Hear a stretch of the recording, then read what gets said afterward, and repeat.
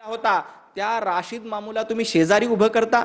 उद्धवजी ठाकरे जनाची नाही तर मनाची तरी थोडी लाज बाळगली पाहिजे। अशा राशीद मामूला तुम्ही सत्तेसाठी जवळ करणार असाल तर मुंबईतला मराठी माणूस, मुंबईतला सर्वसामान्य माणूस तुम्हाला तुमची जागा दाखवल्याशिवाय राहणार नाही।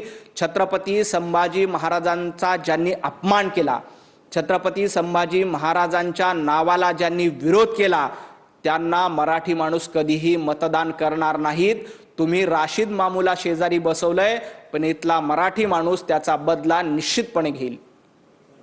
खूप खूप धन्यवाद।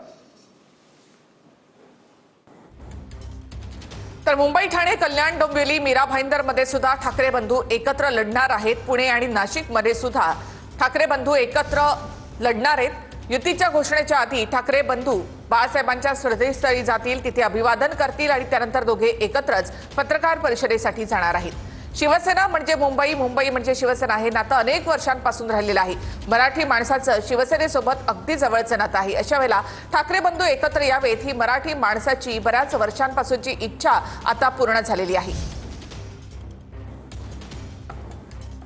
तर ठाकरे बंधूंची आज युतीची घोषणा होणार आहे। पत्रकार परिषद करून युतीची घोषणा केली जाणार आहे। पत्रकार परिषद होणाऱ्या हॉटेल ब्ल्यू सी मध्ये लागलेल्या बॅनरवरती बाळासाहेबांचा फोटो, ठाकरेंच्या शिवसेनेची मशाल आणि शिवसेनेचं मनसेचं इंजिन देखील या ठिकाणी आपल्याला बघायला मिळत आहे। पत्रकार परिषद ज्या ठिकाणी घेतली जाणार आहे त्याच ठिकाणी हे बॅनर लावण्यात आलेलं आहे।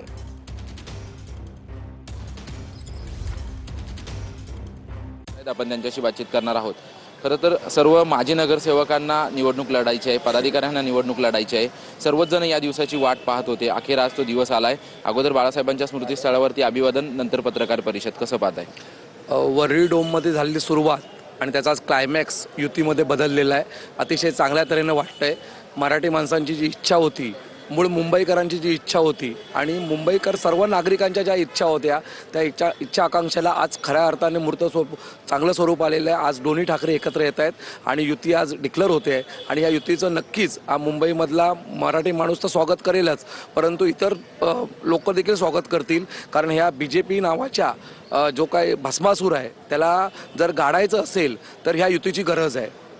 मोठ्या प्रमाणात टीका भाजप शिंदेच्या शिवसेनेकडून केली जाते। ते म्हणतात की अस्तित्व दोन्ही ठाकरेंचं संपलंय म्हणून ते दोन्ही एकत्रित येत आहे। असं काही नाही आहे। एक लक्षात ठेवा, कोणाचं अस्तित्व कधी संपत नसतं।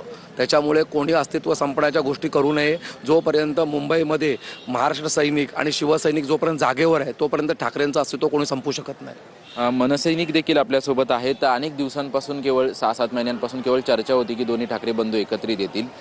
त्यानंतर बैठका झाल्या, भेटीगाठी झाल्या, कार्यक्रम झाले आणि त्यानंतर अखेर आज तो दिवस आला आणि बाळासाहेबांच्या स्मृतीस्थळावरती दोन्ही बंधू एकत्रित दिसणार आहे। कसं आहे, 5 तारखेच्या डोममध्येच त्या डोमलाच ती चर्चा झाली आणि त्याला म्हणजे एक शिक्कामोर्तबच झालं की आम्ही दोघं एकत्र आलोत एकत्र राहण्यासाठी।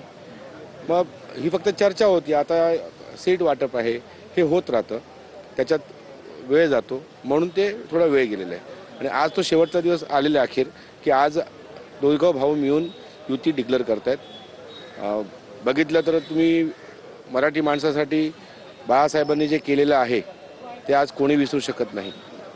ते दैवतच आहे, मुंबई महाराष्ट्राचं दैवतच आहे, मराठी माणसाचं दैवत आहे बाळासाहेब ठाकरे।